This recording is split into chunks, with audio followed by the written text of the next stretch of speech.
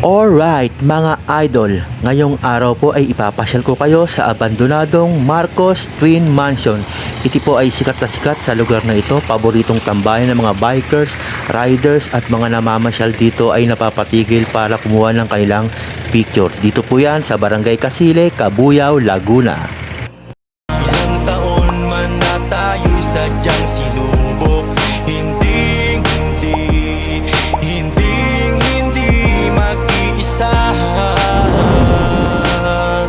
Magandang araw na naman po sa ating lahat mga idol. Welcome po sa aking panibagong vlog at ngayon po ituturo ko kayo at ating sisilipin ang Marcos Mansion.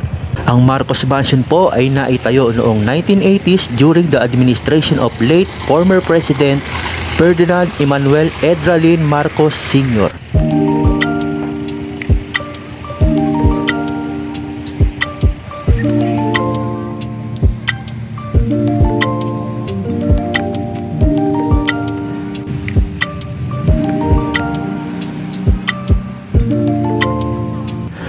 So yun nga mga idol, no, nandito tayo sa harapan ng mansion. Dito pwede tayong magpicture, kumuha ng video kasama ang tropa, barkada, pamilya at sa lahat po ng tumatambay dito mga idol.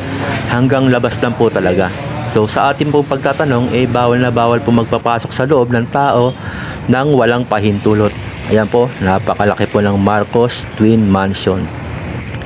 Kapag ito na-renovate mga idol, mas lalong gaganda to at dadami ang taong papasyal dito dahil ito ay nasa itaas na bahagi.